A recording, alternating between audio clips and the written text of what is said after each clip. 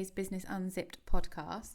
I am flying solo today because I wanted to come on and talk about 5 ways that I have personally felt have helped increase my productivity, both personally and professionally. So I am going to go through those 5 things. They may help you. You may already be doing some of them, or you may think they're not for you, and that is absolutely fine. But I have found these really, really helpful. So the first one, and it may seem really obvious, is waking up early. I love to get up early. I've never been one to sleep in. But about 10 years ago, I read the Miracle Morning book. And although I don't follow the advice in there avidly, I have found that getting up, certainly before everyone else in my house, really, really helpful. By the time everyone else gets up, I've already done a load of housework, I've done my reading, I've had a shower, I've made a coffee, and it just sets you up for the day. And it also avoids that sort of sluggish everyone getting up, particularly if you run late. Then it just brings this sort of stressful atmosphere where you're all rushing around, you're all on top of each other trying to get ready and get out the door. I just don't find that helpful at all. So waking up early, making sure that I'm ready before everyone else is up, just really sets me up for the day. And it just, creates that sort of calm atmosphere that, particularly if you've got children, that's what you need. So waking up early is number 1. The second thing is to stop multitasking. Now, bear with me. I don't mean physically, particularly women. We're brilliant at it. We can empty the dishwasher, we can cook dinner, and we can descale the kettle all at the same time. What I'm talking about is mentally multitasking.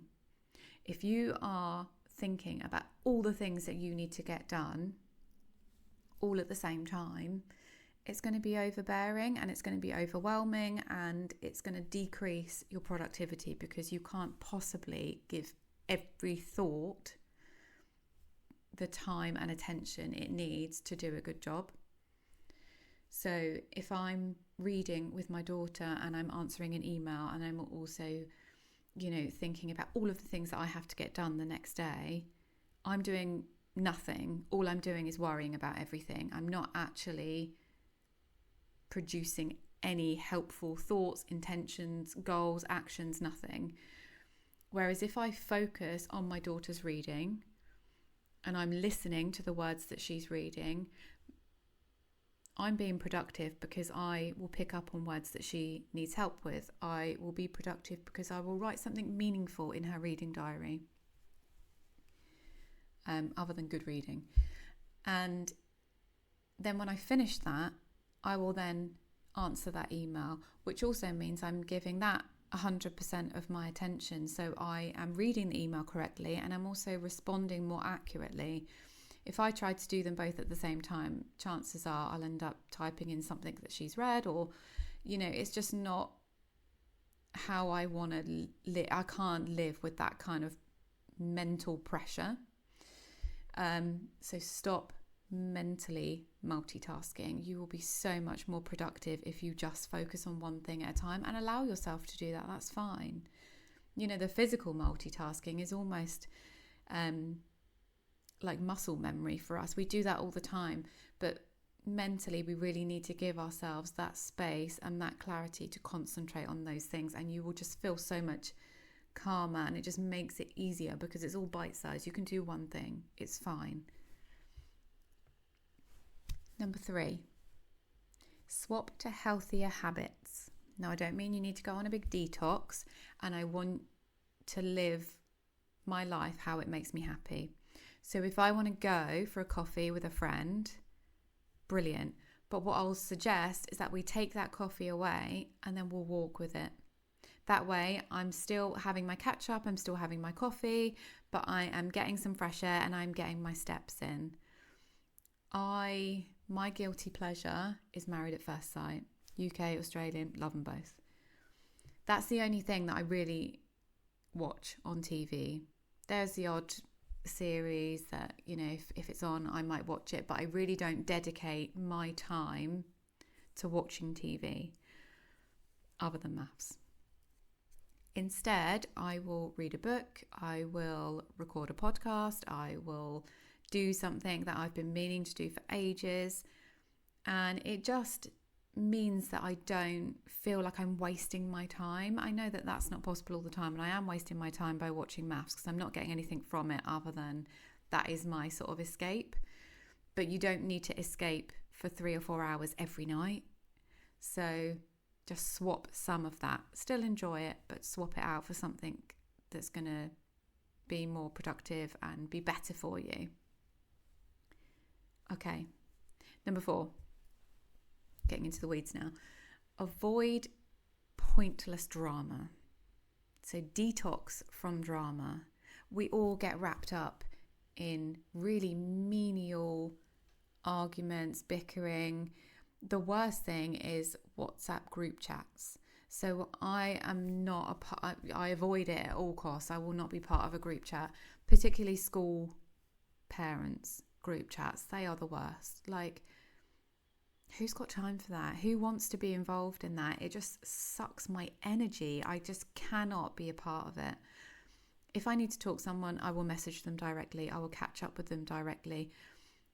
The group, that sort of like mob mentality where it just turns into an absolute moan fest. It's like a room full of, sorry to them all, but Karens that you just think, why?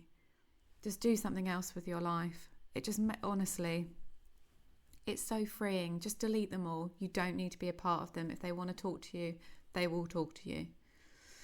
So, detox from drama. That is number 4. Number 5, this is a hard one. And this one took me years and years to actually realise.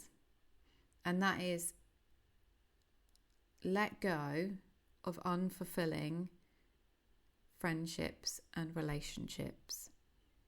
Not in a big dramatic exit kind of way, but just let them naturally die out. We've all got those friendship groups where we're the ones always reaching out to them, asking them if they're okay.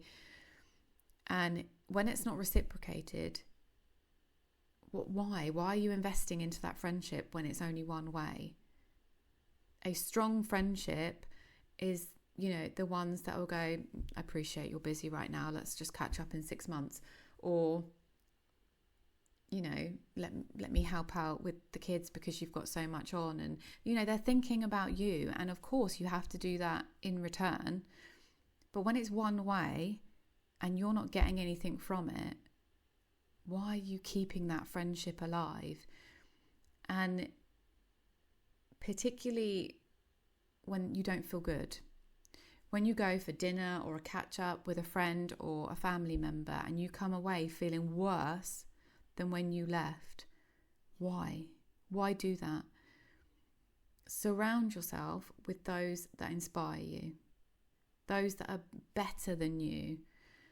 Because, I don't know who said it, but there's a famous saying, and it's, show me your friends and I'll show you your future. If you surround yourself with uninspiring, unambitious people, you will naturally fall into that category, whether you want to or not. If you let those friendships and relationships go and focus on surrounding yourself with positive, influential people, you will become part of that circle and things will happen. You will be more productive. You will feel better about yourself. You will have more energy. I mean, let's face it, if it's a one-way relationship anyway, they're probably going to not even notice if you let it fizzle out.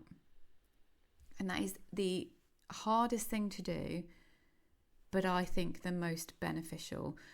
And I'm not talking as someone that hasn't had to do it. I am talking from experience. My friendship circle is tiny. I have acquaintances that I will see every now and again, but my actual friendships is really small because I haven't got the time to invest in lots of friendships, and I'm certainly not going to invest in ones that isn't reciprocated, so I won't bother. And it is the same with family. If you are unfortunate enough to be born into a family that aren't really your people, why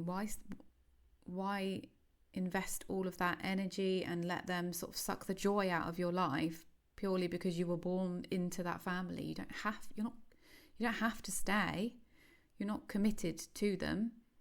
You choose your family as you grow up, and they become your unit. Everyone else, if they don't align with your values, with, if they're not driven in the same way, then why not just catch up at Christmas? Why do you need to invest on, seeing them every weekend and then coming away feeling a bit down?